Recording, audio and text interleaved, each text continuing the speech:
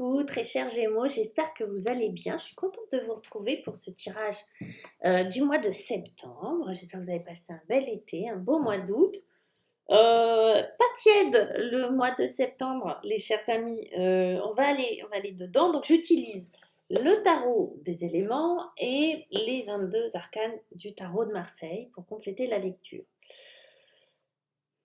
Vous êtes remué, vous êtes préoccupé. Il y a du sentimental, du matériel, il y a un peu de tout, on va voir.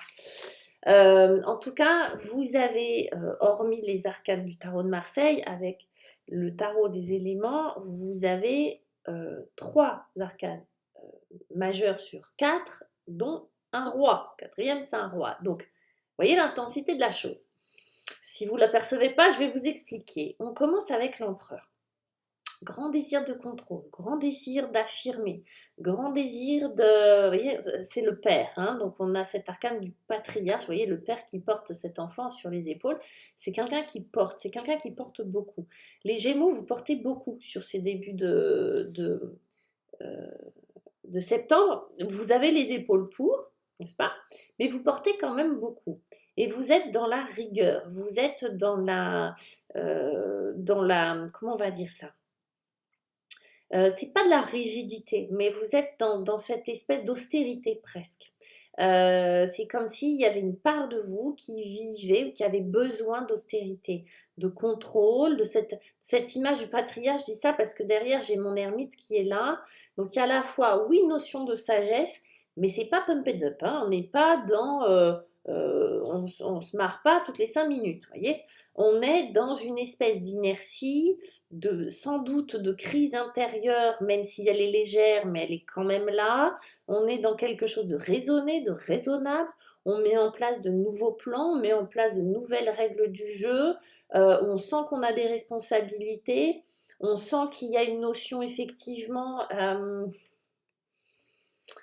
avec cette notion de père qui revient beaucoup, que vous soyez un homme ou une femme, mais vous voyez, l'image du père qui est pas très bavard, qui est pas hyper dans la communication.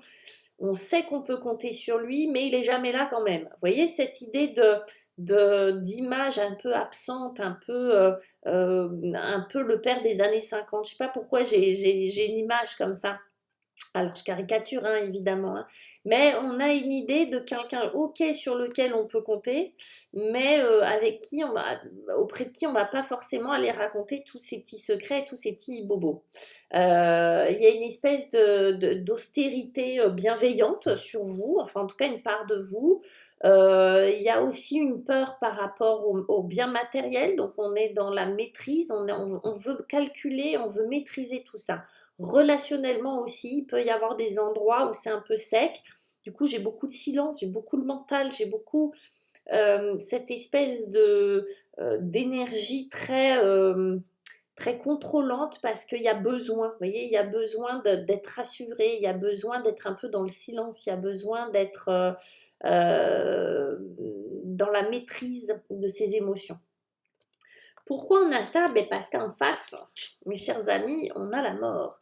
Et ça, c'est le défi qui va être pour vous sur ce mois de septembre, j'ai trop vite, de septembre. On a la transformation. Alors, je vous lis un petit peu. C'est moi, celle qu'on appelle la vie, et vous m'avez appelée la mort. Ben oui. La transformation. Oui, la mort parce qu'il y a des deuils à faire. Pour moi, en plus avec l'impératrice. Bon. Il y en a certains, ça va être le deuil d'une histoire d'amour, clairement. Ou de transformer l'idée qu'on avait de cette histoire d'amour. Ok? C'est plus juste pour moi. Transformer l'image que l'on avait de cette histoire d'amour, transformer cette histoire sentimentale, clairement pour certains. C'est pour ça qu'il y a cette sagesse, introspection, austérité, désir de contrôle et de maîtriser les choses. Parce que là, ça va bousculer pas mal. Hein. Au niveau cœur, au niveau sentimental, pour certains Gémeaux, c'est pas rigolo. Hein. Il va falloir, là, la mort, elle va nous demander de transformer, c'est-à-dire de remettre de la vie là où il y a de la mort. C'est ça qu'elle dit, hein, la phrase. Hein. C'est en fait l'inertie, ce que vous souhaitez, vous amène à la mort. L'inertie, c'est la mort. ok? Tout ce qui ne bouge plus, tout ce qui n'évolue plus, bah, ça meurt. Donc là, cette évolution, elle est nécessaire pour réinsuffler de la vie. Réinsuffler de la vie dans cette histoire d'amour.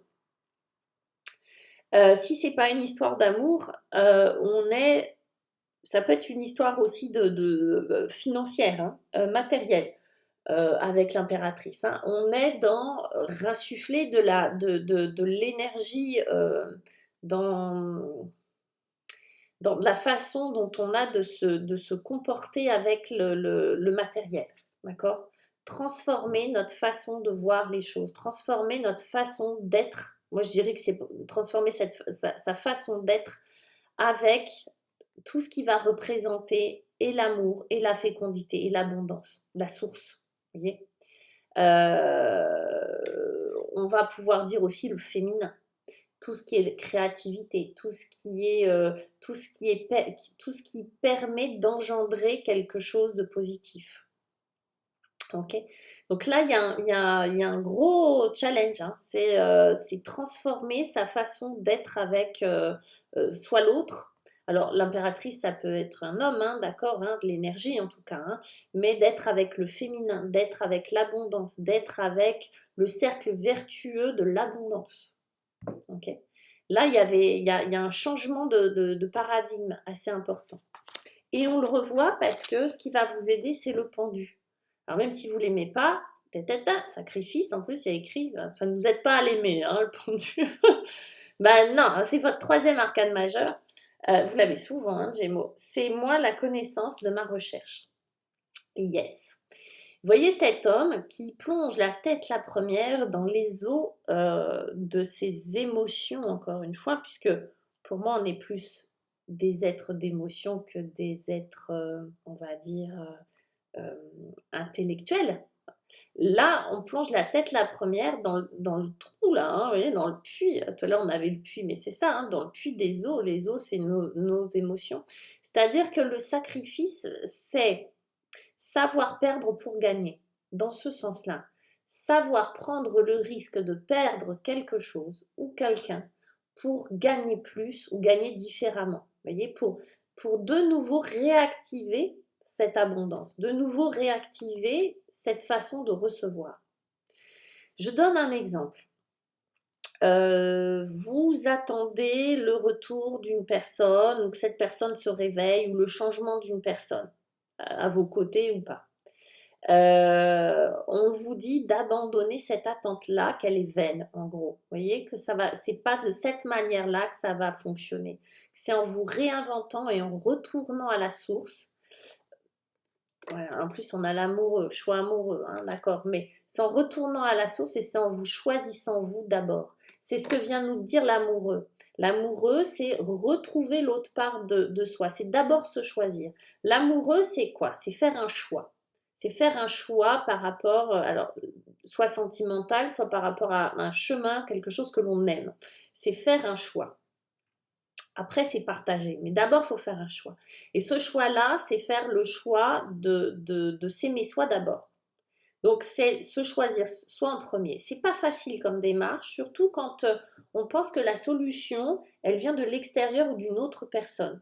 Qu'en fait, la clé du bonheur, c'est l'autre qui peut nous l'apporter, c'est pas nous. Là, on vous dit le bonheur, c'est à l'intérieur de vous. C'est chiant hein, d'entendre ça, je sais. Surtout quand on attend que ça soit, qu'on est persuadé que c'est l'autre qui a la clé. Non, c'est vous qui avez la clé. Ça va vous permettre de vraiment faire un choix affectif. C'est marrant, mais on vous dit rupture avec ça, de nouveau un choix à faire. Ça peut être la personne que vous attendez, mais à ce moment-là, il va falloir l'accepter comme elle est. Parce que visiblement, c'est pas elle qui va se transformer, c'est vous. Le challenge de la transformation, c'est vous. Peut-être vous à apprendre à accepter l'autre comme il est. Soit c'est abandonner cette personne-là parce qu'elle va peut-être pas changer tout de suite dans l'immédiat, vous voyez. En tout cas, vous apportez le bonheur comme vous l'attendez. Et ça va être de choisir quelqu'un d'autre. Et en premier, soi-même. D'accord. Là, je parle vraiment sentimental. Mais c'est possible pour un job, c'est possible de l'appliquer sur un chemin de vie autre. D'accord. Sur une relation familiale, sur une relation tout court ou sur un choix de vie, hein, d'accord, de déménagement, la ville, la campagne, un boulot stable et gna gna gna à quelque chose de plus indépendants, bref, voilà, de faire un choix, mais qui vous correspond vous, et en tout cas de ne pas attendre que la transformation vienne de l'autre ou des autres, mais de vous. La solution, elle est à l'intérieur de vous. Et si vous avez relevé le challenge, qu'est-ce qui vous attend? Le père de feu. Le père de feu, c'est le roi de bâton. Le roi de bâton, c'est, alors je vous lis, l'ange de l'été. Oh, c'est Ariel, l'ange de l'été, le père de feu. C'est un personnage extrêmement haut en couleur, très charismatique, avec une confiance en lui inébranlable. C'est quelqu'un qui dit, en gros, si je le veux, je le peux, si je le peux, je le veux, bref, ce que je veux, je l'aurai. C'est quelqu'un qui est extrêmement séducteur, séduisant, pas forcément avec des gros sabots, hein, mais qui sait se mettre en valeur, qui sait là où il est bon, qui sait fédérer les autres à son projet parce qu'il a un discours clair, qu'il a un discours qui donne confiance, qu'il a une apparence qui donne confiance.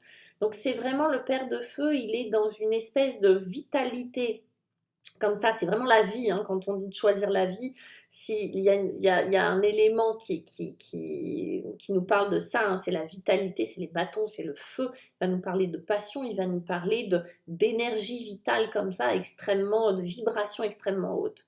Donc c'est ça qui vous attend avec notre ami la justice. C'est toujours très modéré, il y a une carte, hop, avec la justice qui nous parle de recul, de prise de recul. Il y a un gros travail de prise de recul qui va être fait, de choix vraiment importants. Vous allez prendre le temps de faire ce choix-là. Vous n'allez pas le faire tac tac par peur, ou vous n'allez pas le faire par dépit.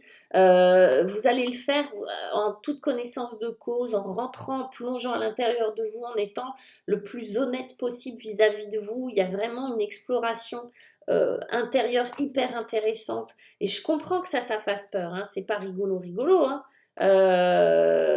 Oui, cette métamorphose, elle prend du temps et elle se fait.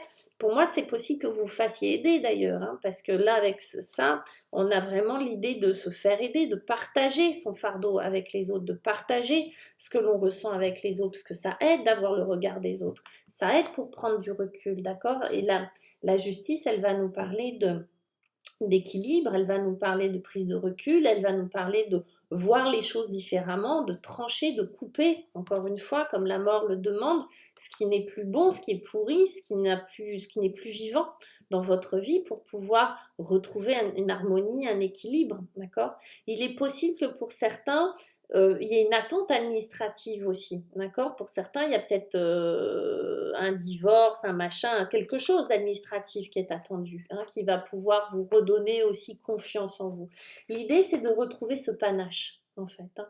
Le père de feu, le roi de bâton, c'est le symbole du panache de quelqu'un que vous avez été.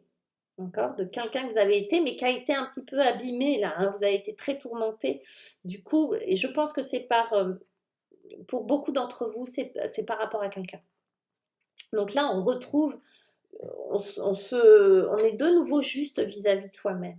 D'accord, c'est pas la justice forcément, voyez, c'est la justesse, et c'est la justice, la justesse intérieure. Excusez-moi, ça sonne. J'en ai fini avec vous les Gémeaux. J'ai été perturbée par cette sonnerie qui ne devait pas être là. Pour finir en dos de deck par la foudre et l'as de feu. Voyez. Il est possible que pour certains, il y ait un coup de foudre qui arrive ou un éclair comme ça qui surgisse chez vous parce que vous avez fait ce travail-là et que j'ai l'impression que vous pouvez vous faire aider. Mais qu'en tout cas, il y a sur cette fin septembre qu'il y ait comme une révélation ou un nouveau départ, une nouvelle passion qui vous anime. Ça peut être une nouvelle personne dans votre vie ou c'est la façon dont vous vous comportez, dont vous voyez cette relation que vous avez dans votre vie qui se métamorphose, se transforme véritablement en une nouvelle passion. Voilà mes chers Gémeaux, je vous embrasse, je vous souhaite un beau mois de septembre et n'hésitez pas à liker, blablabla, à vous abonner, etc., etc. À bientôt, ciao.